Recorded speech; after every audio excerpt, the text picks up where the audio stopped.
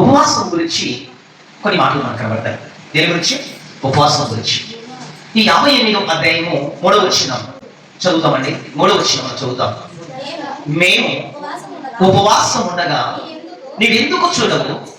మేము మా ప్రాణములు ఆయాసపరచుకొనగా నీవెందుకు లక్ష్యం పెట్టవు అని అందరూ, మీరు ఉపవాస దినమున మీరు మీ వ్యాపారము చేయుదురు, మీ పని వారి చేత కఠినమైన పని చేయించుదురు. క్రైస్తవుడు హల్లెలూయా, హల్లెలూయా, దేవుని మహిమ కలుగుగాక. ఇక్కడ ఒక ప్రశ్న మనకు కనబడుతుంది. ఎవరికి ప్రశ్న వేస్తున్నారంటే దేవునికి ప్రశ్న వేస్తున్నారు. ఎవరికి ప్రశ్న? ఒక్కొక్కసారి దేవునితో మనం మాట్లాడుతుంటాం. ఎవరు లేనప్పుడు, కొద్దిగా దుఃఖం వచ్చినప్పుడు దేవుని దగ్గర మోకరించి, దేవా నా భర్తను ఎందుకు తండ్రి ఇలా చేశావు? దేవా నా బ్రతుకు ఎందుకు తండ్రి ఇలా మార్చావు? దేవా నా బిడ్డను ఎందుకు తండ్రి ఇలా తిరుగులాడుతూ వెళ్ళిపోతున్నారని ఒక్కొక్కసారి దేవుని దగ్గర కొన్ని ప్రశ్నలు వేస్తూ ఉంటాం. కానీ ఇక్కడ జరిగే ప్రశ్న ఏంటంటే, ఉపవాసం ఉండి ప్రార్థిస్తున్నారు. ఉపవాసం ఉండి ప్రార్థిస్తున్నారు, ప్రశ్నిస్తున్నారు. ఎవరిని? దేవుని ప్రశ్నిస్తున్నారు. ఏమని? మేము ఉపవాసం ఉండగా నీవెందుకో చూడము, మేము ప్రాణము ఆయాసపరుచుకునగా ఎందుకు లక్ష్యం పెట్టావు? నీవు నికరముగా నిష్ఠ కలిగి, ప్రార్థన కలిగి, విశ్వాసం కలిగి, దేవుని సన్నిధిలో తగ్గించుకొని ఉపవాసం ఉండాలని నువ్వు అనుకుంటున్నావు.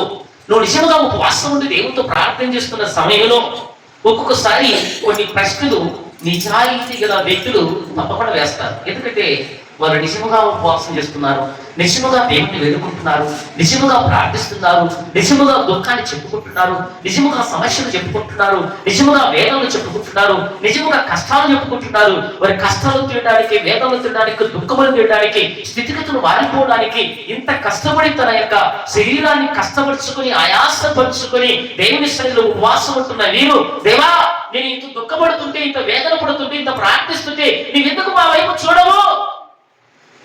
నిజంగా దేవుడు చూడా? నిజంగా నువ్వు చేయగలిగితే నీ వైపు దేవుడు చూస్తూనే ఉంటాడు. చెప్పబడి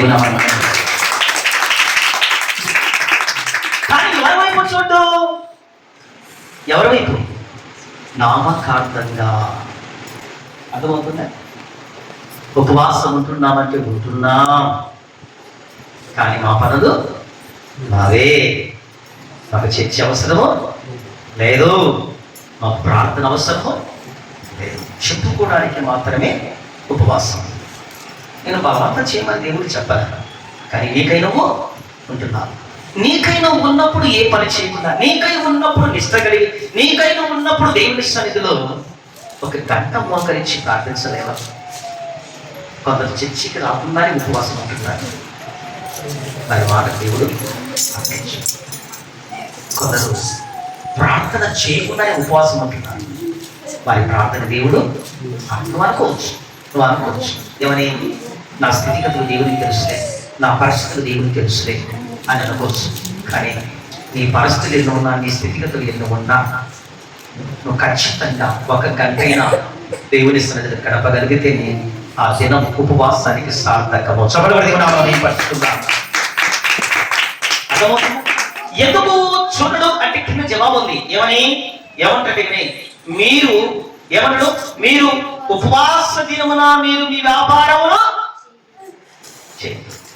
కానీ మీ వ్యాపారాలు చూస్తుంటే పండుగ దేవుడు ఉపవాసం ఉంది చూస్తాడా? ఉపవాసం అని చెప్పుకుంటున్నావు, బయటికి వ్యాపారం చేస్తున్నావు. ఉపవాసం అని చెప్పుకుంటున్నావు, బయట తిరుగుతున్నావు. ఉపవాసం అని చెప్పుకుంటున్నావు, బయట పనిలో వెళ్తున్నావు. కానీ ఒక గంట సమయాన్ని దేవునికి కేటాయిస్తున్నావా? కానీ కేటాయించలేదు. నువ్వు ఎక్కడ తిరిగినప్పటికీ ఉపవాసం అని చెప్పుకుంటా నీవు ఒక గంటైనా దినమునకు దేవుని సన్నిధిలో కేటాయించగలిగితే మీ ఉపవాసం దేవుడు చూస్తాడు. అందుకని చూస్తే కనుక ఇంకొక మాట కూడా మనము తలంచుకుంటాం. ఇంకొకటి చూద్దామని అదే కింద వచ్చిన మనం చూస్తే కనుక 4వ వచనం చదువుమా. మీరు కలహ పడుచు, వాదములు చేయొచ్చు, అన్యాయముగా గుద్దులాడుచు ఉపవాసం అందరూ. ఏమంటున్నారు? మీరు కలహములు పడుచున్నారు, వాదములు చేసుకుంటున్నారు, అన్యాయముగా గుద్దులాడుచున్నారు. కొట్లాడతారంట, కలహాలు ఆడతారంట, అది రేపు చూస్తే కనుక వివాదం పెట్టుకుంటారంట. వివాదం, ఒకరినొకరు కొట్లాట, ఒకరి మీద ఒకరి నిందలు, ఒకరి మీద ఒకరు వివాదములు. ఈరోజు ఉపవాసం అని చెప్పి ఎదురికి వారితో కొట్లాటలు, ఈరోజు ఉపవాసం అని చెప్పి భర్తలతో కొట్లాటలు, ఈరోజు ఉపవాసం చెప్పి భార్యతో కొట్లాటలు, ఈరోజు ఉపవాసం చెప్పి ఇళ్ళతో కొట్లాటలు, పక్కింటి వారి వివాదములు, కలహములు, ఏమి గర్భమొదల మాటలు. ఇది నేను చెప్పడం, ఎవరు చెప్తున్నాడు? అలాంటప్పుడు నువ్వు ఉపవాసం ఉండవలసిన అవసరమా? నువ్వు ఉపవాసం ఉన్న విషయం నీ భార్యతో చెప్పాలా, అమ్మా నేను ఈరోజు ఉపవాసం నా దగ్గరికి ఇటువంటి కొట్లాట మాత్రం పెట్టుకోవద్దు. నువ్వు కొట్లాడే స్థితిలో నేను చెప్పుకో, భర్తతో చెప్పుకో, అయ్యా నేను ఈరోజు ఉపవాసం ఉంటున్నాయ్యా, వచ్చి నా దగ్గర నువ్వు చెప్పిన పని చేస్తానయ్యా, నువ్వు చెప్పిన పని నీకు చేస్తా. ఒకవేళ నీకు నీ వివాదం పెట్టుకుంటే నా ఉపవాసం వ్యర్థమో అయిపోతుంది. ఉపవాసం అనేది ఎవరి కోసమో కాదయ్యా, నీ బిడ్డల కోసమే. ఉపవాసం అనేది ఎవరి కోసమయ్యా? నీ కోసమే. ఉపవాసం అనేది ఎవరి కోసమో కాదయ్యా, మన కుటుంబం కోసమే. ఉపవాసం అనేది ఎవరి కోసమో కాదయ్యా, మన ఆరోగ్యం కోసమే. ఉపవాసం అనేది ఎవరి కోసం కాదయ్యా, మన పాపముల కోసమే. ఉపవాసం ఎవరి కోసమే కాదయ్యా, మా అప్పుల బాధలో నేను ఉపవాసం ఉన్నది మన మంచి కొరకయ్యా. కనుక ఈ రోజు నాతో వివాదం పెట్టుకుంటే, ఈ రోజు నాతో కొట్లాడితే, ఈ రోజు నాతో కొట్టడానికి వస్తే నేను తిరిగి ఒక మాట అంటే కనుక నా ఉపవాసమో వ్యర్థమో. ఉన్నారా లేదా? లేరా కొట్లాడేవాళ్ళు? వీధిలో కొట్లాడతారు, సాయంత్రానికి ఉపవాసం అని ప్రార్థనకు వచ్చి చప్పట్లు కొట్టి కొట్లాటకు, వివాదానికి, మందులాటకు ఉపవాసము సరి పట్టదు. అట్లాంటప్పుడు నువ్వు ఉండాల్సిన అవసరము లేదు. అందుకనే దేవుడు చక్కగా మాట్లాడుతున్నాడండి. నేను మాట్లాడంగా అంటే 2 మాటలు చెప్పా. ఫస్ట్, సొంత వ్యాపారాలు, సొంత పనులు చేసుకో. ఒకవేళ ఎన్ని ఉన్నా కూడా ఒక్క గంట దేవుతున్నాడు. ఒక్క గంట బైబిల్ ముందేసుకుంటే ఒక అర్ధగంట అయిపోతుంది. మోకరిస్తే ఒక అర్ధగంట అయిపోతుంది. గడపలేమో గంట గడపలేకపోతే నువ్వు ఉపవాసానికి క్యాన్సిల్ చేస్తున్నావు. శుక్రవారం అయిందా, గంట కాదు 2 గంటలు ఇక్కడ ఉంటాం, గంట కాదు 2 గంటలు ఇక్కడ ఉంటాం. మాట ఉపవాసం గడుపుతాం, ఉపవాసం ప్రార్థన చేస్తాం, ఉపవాసం పాటలు పాడతాం, ఉపవాసంతో ఆరాధన చేస్తాం, ఉపవాసంతో వాక్యం వింటాం, అన్ని చేద్దాం. కానీ మిగిలిన దినాల్లో ఉంటున్న నీవు ఎన్ని పనులు చేసుకున్నప్పటికీ ఒక్క గంట ఇంటికి వచ్చిన తర్వాత ఏకాంతంగా నీవు నీ భార్య కలిసి ప్రార్థన చేయడానికి ప్రయత్నించి, ఒకవేళ నీ భార్య ఉపవాసం చేయలేదా, నువ్వు చేస్తున్నావా, నువ్వు ప్రత్యేకంగా లోపలికి మోకరించి ప్రార్థిస్తూ, లేకపోతే నీ భార్య ఉపవాసం చేస్తుందా, నీ దగ్గరికి భార్య దగ్గరికి వెళ్ళొద్దు.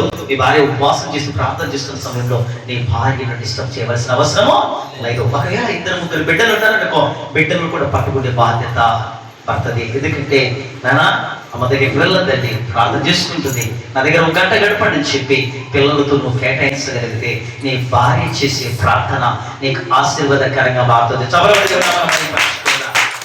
కుటుంబంలో ఎవరు ఉపవాసం చేసినా వారికి నువ్వు సహాయపడాలి, వారికి నువ్వు పని చేయాలి, నువ్వు వారికి పరిచారం చేయాలి. ఎందుకంటే ఆ బిడ్డ చేసే దేవునితో మాట్లాడడానికి, కుటుంబాన్ని సరిదిద్దడానికి, కుటుంబ స్థితిగతులు మార్చడానికి, ఆరోగ్యకరంగా ఉండడానికి, ఆ బిడ్డను ఏమి పాపముల నుంచి విమోచన కలిగించడానికి ఆ బిడ్డ ఉపవాసం ఉంటుంది. కనుక మన కుటుంబంలో ఎవరు ఉపవాసం ఉన్నా అది మన కుటుంబానికి ఆశీర్వాదకరమే. కనుక ప్రభునందు ఉన్నటువంటి ప్రేమ దేవుని సంగమా, మొట్టమొదటికేమో మన వ్యాపారంలో మన పనులు ఎన్ని ఉన్నప్పటికీ రోజుకు 1 గంట ఖచ్చితంగా దేవునితో ప్రార్థన చేయాలి. అప్పుడు నీ ఉపవాసానికి సార్థకం. రెండవది చూస్తే కనుక ఉపవాసం ఉన్న దినమున ఎటువంటి వివాదము కానీ, ఎటువంటి గుద్దులాటలు కానీ, ఎటువంటి కలహములు కానీ, ఎటువంటి అన్యాయమైన మాటలు కానీ మాట్లాడడానికి ప్రయత్నము చేయకూడదు.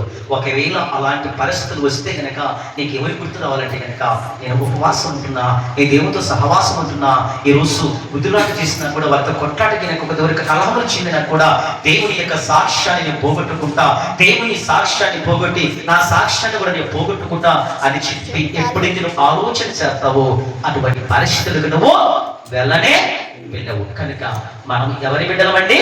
దేవుని బిడ్డలు. దేవుని బిడ్డలు కనుక దేవుడు చేసిన ఉపవాసం మనము చేస్తున్నాం. ఇంతకు దేవుడు ఉపవాసం చేశాడా లేదా? చేశాడా? చూడండి, మత్తయి రాసిన సువార్త 4వ అధ్యాయంలో మొదటి వచనం. మత్తయి రాసిన సువార్త 4వ అధ్యాయం మొదటి వచనంలో ఒక మాట మనకు కనబడుతుంది. 4వ అధ్యాయము 1వ వచనం పేజీ నెంబర్ చూస్తే కనుక చదవండి. అప్పుడు యేసు అపవాది చేత శోధింపబడుటకు ఆత్మ వలన అరణ్యములకు కొనిపోబడెను. 40 దినములు 40 రాత్రులు ఉపవాసము నేను పిమ్మట ఆయన ఆకలి కొని కొనగా ఆ శోధకుడు ఆయన యొద్దకు వచ్చి, నీవు దేవుని కుమారుడు అయితే ఈ రాళ్ళను రొట్టెలు ఆజ్ఞాపించమని. అందుకైనా మనుషుడు రొట్టె వలన మాత్రము కాదు కానీ దేవుని నోట నుండి వచ్చు ప్రతి మాట వలన జీవించును అని రాయబడి ఉన్నది. చదవబడి ఏమన్నా మనం భయపరచుకుంటాం.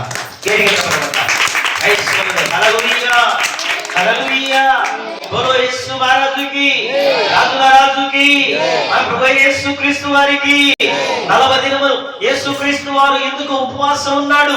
ఏమన్నా పాపి కాదు. ఏమన్నా అతను దుష్టుడా కాదు. అతనేమో పాప రోగములు తిరిగినవాడా? తిరిగినప్పటికీ పాపాన్ని అంటకుండా పరిశుద్ధంగా జీవించిన వాడు. కానీ అతను ఉపవాసం ఉన్నాడు. ఉపవాసం ఉండవలసిన అవసరమే వచ్చా? నేను ఉపవాసం ఉండాలా? ఎందుకోసం? నీ బిడ్డల కోసం ఉండాలా? నీ భార్య కోసం ఉండాలా? నీ భర్త కోసం ఉండాలా? చూస్తే గనక నీ కుటుంబ పరిస్థితుల కోసం ఉండాలా? ఈ యేసుక్రీస్తు వారు ఎందుకు ఉపవాసం ఉన్నాడు? ఆయనకు భార్య లేదే, ఆయనకు బిడ్డలు లేదే, ఆయన పాపము లేదే, ఆయనకి ఎటువంటి అక్కర్లు లేదే. ఎందుకు ఉపవాసం ఉంటున్నాడంటే ఈరోజు ఒక మాట మీరు చెప్తున్నాను. ఏదైనా నువ్వు పని చేస్తున్నావంటే, దేవుని సన్నిధిని మొరపెడుతున్నావంటే కనుక ఒక ఆలోచన కలిగి దేవుని సన్నిధికి రావాలా, ఒక ఏయం కలిగి ఉండాలా. అంటే ఒక ఆలోచన, ఒక ఏయం. అంటే నేను నా బిడ్డ కోసం ఉపవాసం ఉండాలా, ఓకే. ఈరోజు నా భర్త కోసం ఉపవాసం ఉండాలా, ఓకే. ఈరోజు నా కుటుంబ స్థితిగతులు మారడం కోసం ఉపవాసం ఉండాలా, ఓకే. నేను అప్పులు తీరడానికి ఉపవాసం ఉండాలా, ఓకే. ఈరోజు నా ఆత్మను బలపరచడానికి ఉపవాసం ఉండాలా, ఓకే. ఏదో ఒక ఆలోచన కలిగి ఏదో ఒక సమస్యతో ఇక్కడికి వచ్చి ఆ సమస్యను చెప్పిన ఎడలా ఈ 40 దినములు 7 వారములు కొన్ని దినాలు ఉపవాసం ఉన్నది పిమ్మట ఆ సమస్యల నుంచి దేవుడు నిన్ను విడుదల కలిగిస్తాడు. లేకుండా ఆలోచన లేకుండా మీరు ఉపవాసం ఉండవలసిన అవసరమా? ఈ రోజు కూడా నేను ఒక దేవుడికి ఉపవాసం అంటున్నా. ఎందుకోసం? నా బిడ్డల కోసం. ఎందుకోసం? నా కుటుంబం కోసం. ఎందుకోసం? నా సమస్యల కోసం.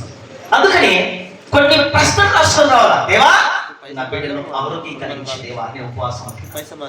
దేవా, నా కుటుంబ స్థితిగతులు మార్చి దేవా నేను ఉపవాసం అంటున్నా. లేకపోతే దేవా, నేను సాధారణ బారిన పడిపోతున్నా, నా నిలబెట్టి దేవా నేను ఉపవాసం అంటున్నా. దేవా, నేను కలహములోకి వెళ్ళిపోతున్నా, నేను గుద్దులాడుతున్నా, నేను అనేక మందిని నిందిస్తున్నా, దూషిస్తున్నా, ఇటువంటి అలవాటు నా దగ్గర ఉంది. ఈ అలవాట్ల నుంచి నేను విడుదల కలిగించు తండ్రి. ప్రశ్న దేవుని సన్నిధిలో. ఇప్పుడు యేసుక్రీస్తు వారు ఎందుకు ఉపవాసం ఉన్నారు తెలుసా? ఆయన సేవను ప్రారంభించాలా. ఏ సేవ? ఏ ఒక్కరు కూడా నరకానికి వెళ్ళకూడదు. ప్రతి ఒక్కరిని నా స్వార్థ చేత రక్షించుకోవాలి, ప్రతి ఒక్కరిని నా మాట చేత రక్షించుకోవాలి. కనుక నాకు 30 సంవత్సరాలు వచ్చాయి. నేను ఉపవాసంతో నా సేవను ప్రారంభిస్తున్నా, ఉపవాసంతో నా పరీక్షను ప్రారంభిస్తున్నా, ఉపవాసంతో దేవుడు పంపించినటువంటి పనిని ప్రారంభిస్తున్నా. ఆ పని ప్రారంభించబడాలంటే, ఆ పని మొదలు పెట్టబడాలంటే నేను ఆశామాషిగా మొదలు పెట్టకూడదు. నేను ఉపవాసం ఉన్నట్టు పెరిగినట్టు ఆ పని మొదలు పెడితే అది సక్సెస్ఫుల్ గా దేవుడు నాకు జయాన్ని కలిగిస్తారని చెప్పి యేసుక్రీస్తు వారు ఉపవాసం ఉన్నాడు. చమరబడి పాపులు ఉపవాసం ఉండాలా, పరిశుద్ధులు ఉపవాసం ఉండకూడదా? చెప్పాలా? పాపులు ఉపవాసం ఉన్న పరిశుద్ధులు ఉండకూడదా?